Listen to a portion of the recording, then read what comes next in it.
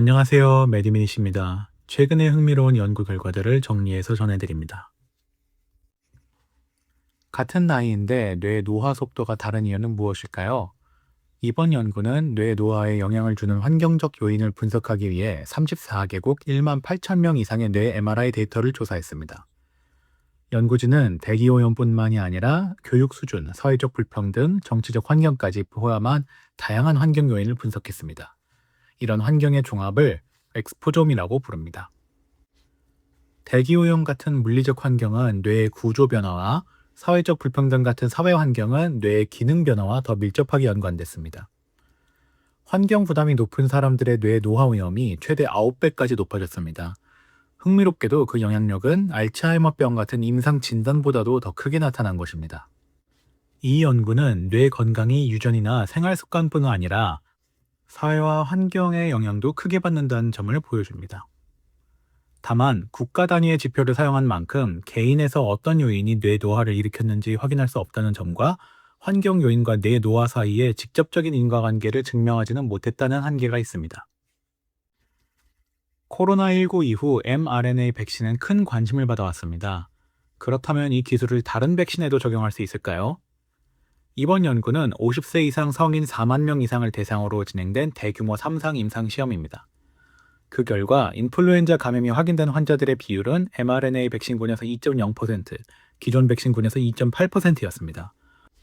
이를 바탕으로 mRNA 백신은 기존 백신보다 약 26.6% 더 우수한 예방 효과를 보였습니다. 다만 주사 부위 통증, 피로감, 두통, 근육통 같은 이상 반응은 mRNA 백신에서 보다 흔하게 나타났고 대부분 경미하거나 일시적이었습니다.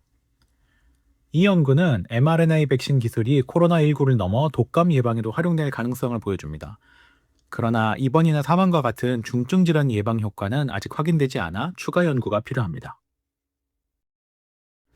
초기 폐암 수술에서는 암이 얼마나 진행된 상태인지 빠르게 판단하는 것이 중요합니다. 현재는 수술 중 조직 검사를 통해 이를 판단하지만 시간이 걸립니다. 이번 연구는 수술 중 절제된 조직을 스마트폰으로 촬영한 사진으로 폐암의 침수성을 예측하는 AI 모델을 개발했습니다.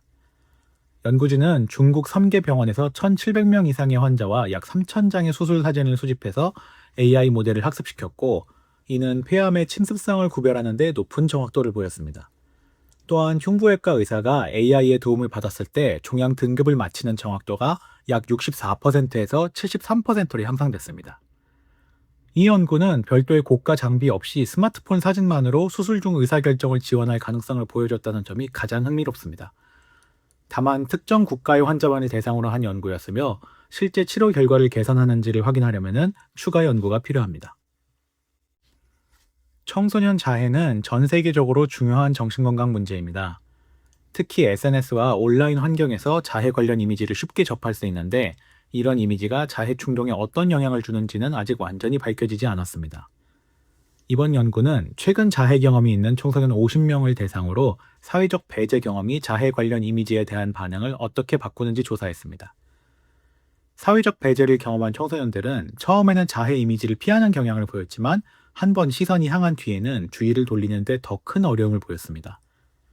또한 자해 이미지를 본 뒤 자해 충동과 스트레스도 증가하였습니다. 이 연구는 자해 관련 콘텐츠가 왜 자해 위협을 높일 수 있는지 설명할 단서를 제공합니다. 특히 직전에 경험한 사회적 배제가 중요할 수 있음을 보여줍니다.